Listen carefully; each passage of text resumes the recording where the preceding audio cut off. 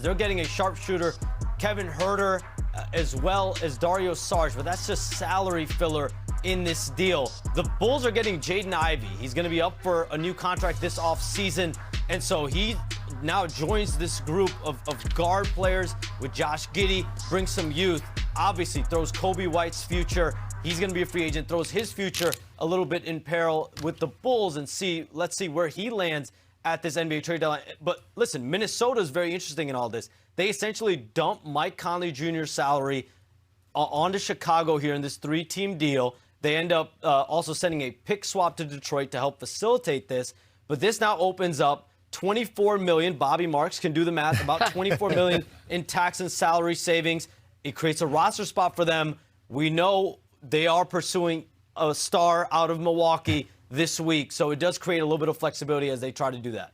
Yeah, Bobby, so their luxury tax bill drops from $24 million to $3.8 million. So explain now what are they able to do? Yeah, there's that component, and now they drop over under the dreaded apron. They're under the first apron, the ability right? to take back more money in a deal here, and I think that's kind of sets the stage up for maybe something bigger. I think it's interesting that in 2 years in a row, Hannah, we've seen the top team in the Eastern Conference, Cleveland last year with DeAndre Hunter, and now Detroit go out and make a trade because they're not content with their roster. We talked about it in the pre-production meeting. What did Detroit need? Perimeter shooting, 21st in the NBA. Kevin Huerter, come on down. That gives them certainly a nice around the margins type move. So this is a pre-agency move by the Bulls because they are getting Jaden Ivey, a restricted free agent. I would expect them to sign him later this summer. Obviously Kevin Huerter is going to shoot for Detroit. I would now look, Shams mentioned Kobe White. You just threw a pass there. Kobe White, I think, could be on the move in a pre-agency move by whoever acquires Kobe White. And Kobe White is a guy who is a scorer, a spark plug, can start, can come off the bench. It would not surprise me if he ends up at a contender because his price point is kind of low. For Minnesota, this is a hedge, okay? On one hand, they save a bunch of money, okay? Let's not ignore that they paid on this deal to save a bunch of money. And if it helps them get Giannis, great. But if it doesn't help them get Giannis, they saved a bunch of money, which is also something that's a factor there. But what about the Kobe White of it all? That's intriguing. I've seen the Bulls play a ton, and when I look at how it goes, I kind of saw him being the odd man out eventually anyway. It's not his fault. His game is his game. It's not like it's no value to his game. It's just when you talk about a rebuilding process or you talk about heading into a new direction, I don't see, what the small guard would do if you're going to try and blossom with the other guys you have on your roster. Letting go of Huerter, I don't think they were going to do much with him anyway. I'm excited to see the Bulls get better and better. That's my hometown team. So yeah, so I got to play for other. I need them to be okay, and I'm excited to see what they're doing. Jaden's mom is excited. Niele Ivey, she coaches at Notre Dame, right down the road. She's going to be at all those home games. How do you like this? A couple of breakout moments. I would even say like seasons for Kobe White. But when you are ninth in the East, when you're in the middle of the pack in the NBA, you had time to sort of audition for a greater opportunity. And I do think when you see enough of a sample size, you make a decision. But my eyes are honestly on Detroit for Bobby's point of view. This is a team that's going for it. And I love that.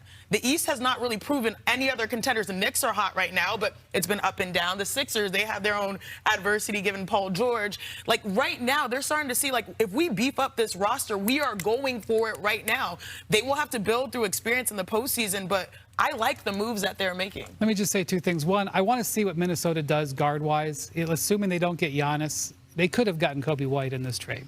And they need help at the guard position. So I want to watch what Minnesota does between now and Thursday, and I'm sure Ann Edwards does too. Secondly, Mike Conley going to Chicago, this is a potential buyout situation. I'm not sure what I don't think Conley can play a big role in the team, but this is a guy every team in the league would want. He could get bought out in a contender if they fit the criterion, which is another story for another day. Mike Conley could join a contender in the next couple of weeks. I have just like one thought. How urgent are the Minnesota Timberwolves right now? Because they have Anthony Edwards, 24. Well, they're trying to get Giannis. That's pretty urgent. We know that. But, like, if that falls short, there are options right now. I don't want to overreact on Tuesday when the deadline is Thursday, but if you come out of this week and Minnesota's just move is just to save money, they're going to have to answer to Ant on that. But it's just Tuesday, Okay. so let's just wait. By the way, in the last 12 hours, we also had this James 3 Eastern time on Thursday already. Breaking news, Fast and Furious. And let's start right there with senior NBA insider Shams Charania, who's been a very busy man today.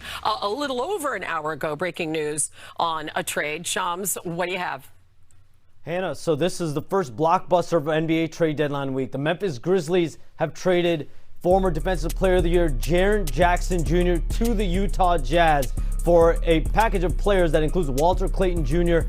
and 3 first-round draft picks. And so the Jazz here, let's start with them. They're making a major swing in the Western Conference. Jaren Jackson now adds to a core of Lauri Markkanen, Keontae George, Walker Kessler. So this is a Jazz team that now Austin Ainge, their new head of basketball operations, Danny Ainge, their CEO, Ryan Smith, their owner. This is a big swing for them in the Western Conference as they try to turn the page and compete with some young talent.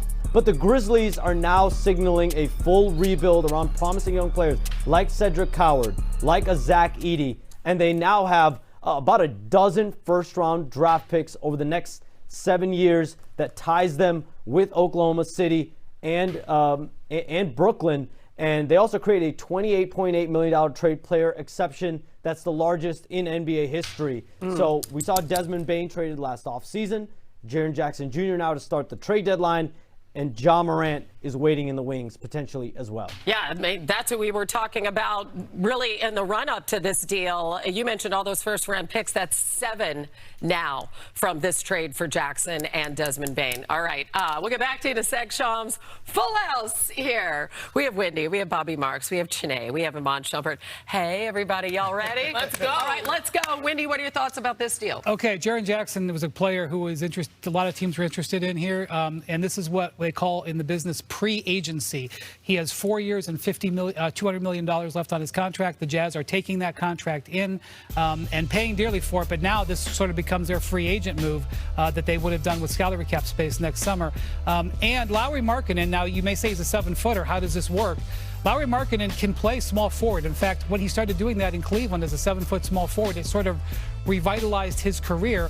I would believe that the Jazz would intend to re-sign Walker Kessler and have a giant, basically 3 7-footer front line with Jaren Jackson, Lauri Markkanen, Walker Kessler, and I suspect they will still be tanking to make sure they get the draft pick. They have the draft pick, and that is going to be the foundation of their rebuild.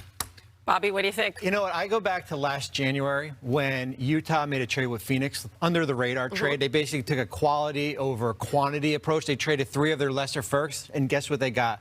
A 2031 unprotected first from Phoenix. And you know what happened? That trade got it over this. With that trade pick, they got over the finish line, getting Jackson Jr. here. 3 first-round picks go to Memphis, as you mentioned, 12 over the next 7 years. Clearly a sign for this Grizzlies team that's rebuilding. And I give Utah credit. I mean, to go out there and make this type of deal, they wouldn't have been able to go out and get Jaren Jackson Jr. in free agency. Chene? I give them more than credit. I have officially taken note of the Utah Jazz. No more rebuilding. Donovan Mitchell left in 2021, 2022 after that season. It took 4 years in the trenches, and now it looks like they're trying to climb their way out. And what I've noticed is that front line, because in the Western Conference, if you want to go to an NBA Finals, you have to go through Nikola Jokic, Victor Wembanyama, Alperen Şengün, Rudy Gobert. So you need to have a stout front line, and I like the one that they've built or are building for the future. Yeah, I love it. My favorite thing on paper to look at is Keontae George and Jaren Jackson together. You know, guys, I'm a fan of, at the end of the game, what are you guys going to do? I really like my chances with those two making decision-making. You got your Jamal Murrays and your Jokic's, and they just fit into that DNA. You got your guys that can come off pick and rolls and make you pay. It's hard to deal with at the end of games. I now like it for the future, and I'm not even mad at the rebuilding opportunity that the Grizzlies have here. I like what they're doing, too. We'll just see what happens with Ja Morant. Yeah. More on Ja Morant. So what potentially does this mean? So because, as you mentioned, they got 7 first-round picks for Desmond Bane and Jaren Jackson. As I talked to executives around the league, they think that this changes what they can expect back in a Ja Morant trade. Instead of trying to trade Ja for as much value as they can, which frankly, there's not as much value for Ja. That's why Bane and the Jackson have been traded first. They now, executives believe, can take on salary because they've offloaded this $200 million that they were owed to Jackson.